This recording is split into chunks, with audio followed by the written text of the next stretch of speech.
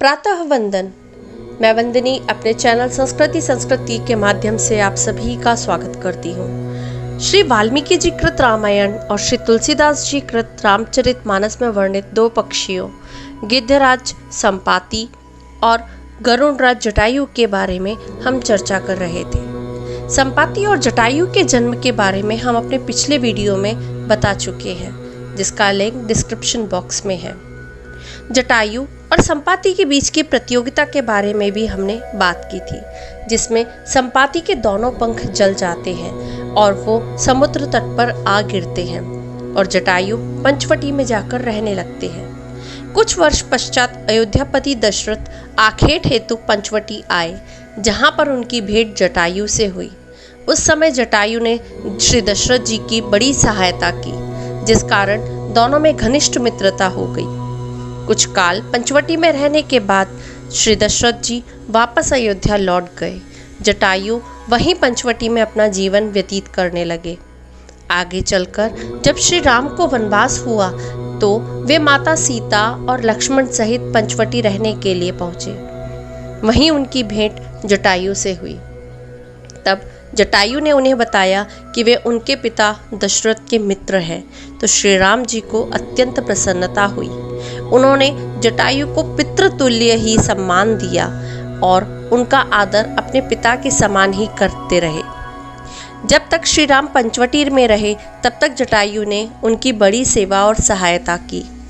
One में 13 वर्ष बिताने के बाद एक दिन जब श्री राम और लक्ष्मण मारीच द्वारा चले गए, तब रावण ने माता सीता का हरण कर लिया। ऐसा वर्णन मिलता है कि रावण उनका हरण कर अपने पुष्पक विमान में आकाश मार्ग से लंका ले जा रहा था।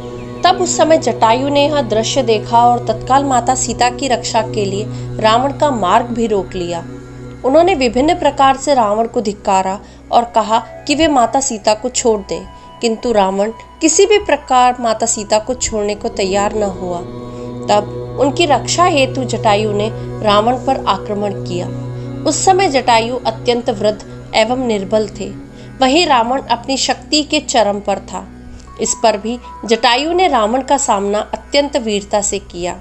उन दोनों का युद्ध बहुत समय तक चलता रहा और जटायु ने रावण को रोक के रखा, किंतु अंततः वे उसके बल से पार न पा सके।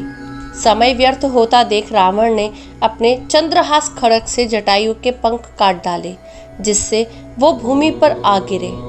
आज ऐसी मान्यता है कि वो वर्तमान केरल प्रदेश के सदियामंगलम स्थान पर गिरे थे।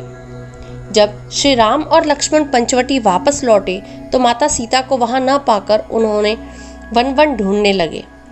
उसी समय उन्हें मार्ग में जटायु को मरणासन अवस्था में देखा।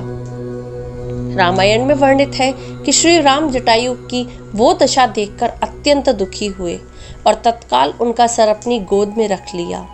अपने अंतिम समय में जटायु ने श्री राम को सारी बातें बताई कि रावण माता सीता का हरण कर उन्हें दक्षिण दिशा में ले गया है। उन्होंने श्री राम से क्षमा मांगी कि वे सीता की रक्षा न कर सके और उनकी गोद में ही उन्होंने उनके प्राण त्याग दिए।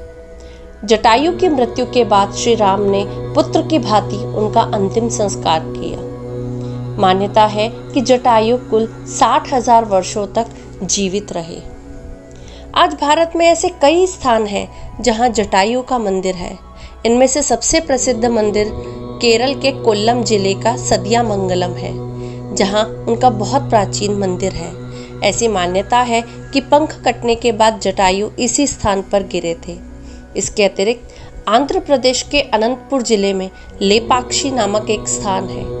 ऐसी मान्यता है कि श्री राम ने इस स्थान पर ले पक्षी कहकर जटायु का उत्साहवर्धन किया था, जिस कारण इस स्थान का यह नाम पड़ा। इसके अतिरिक्त मध्य प्रदेश के देवास जिले में जटाशंकर नामक एक स्थान है। ऐसी मान्यता है कि जटायु ने इसी स्थान पर भगवान शंकर की घोर तपस्या भी की थी।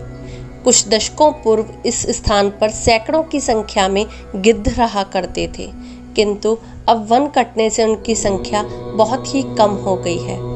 इस स्थान पर जो शिवलिंग है उस पर अनवरत जल की धारा गिरती रहती है।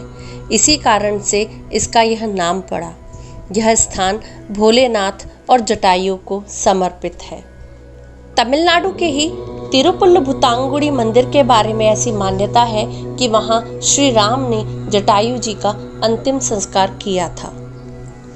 वर्तमान संदर्भ में भी श्री रामायण में वर्णित ये दोनों पात्र हमें बहुत बड़ी शिक्षा देते हैं। परम बलशाली रावण जब बलपूर्वक माता सीता का हरण कर ले जा रहा था, तब शारीरिक रूप से दुर्बल होते हुए भी जटायु ने सब कुछ चुपचाप न सहन करते हुए अपने सामर्थ्य से भी अधिक समय तक विरोध किया।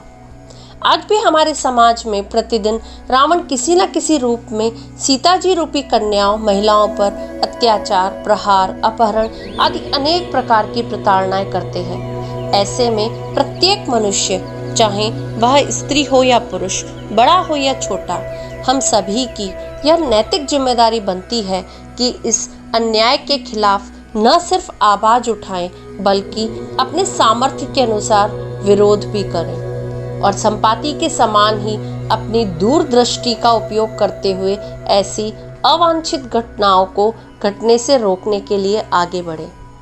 हमारे ग्रंथों में वर्णित अनेक पात्र हमें वर्तमान परिस्थितियों से लड़ने की अलग अलग प्रेरणाएं देते हैं। अगर जरूरत है तो सिर्फ उनके महत्व को समझने की और अनुसरण करने की। अपने अगले वीडियो में हम फिर से किसी अन्य पात्र की महत्वता को समझने का प्रयास करेंगे। इसी आशा के साथ मैं वंदिनी अपनी वाणी को यहीं विराम देती हूँ। नमो नमः।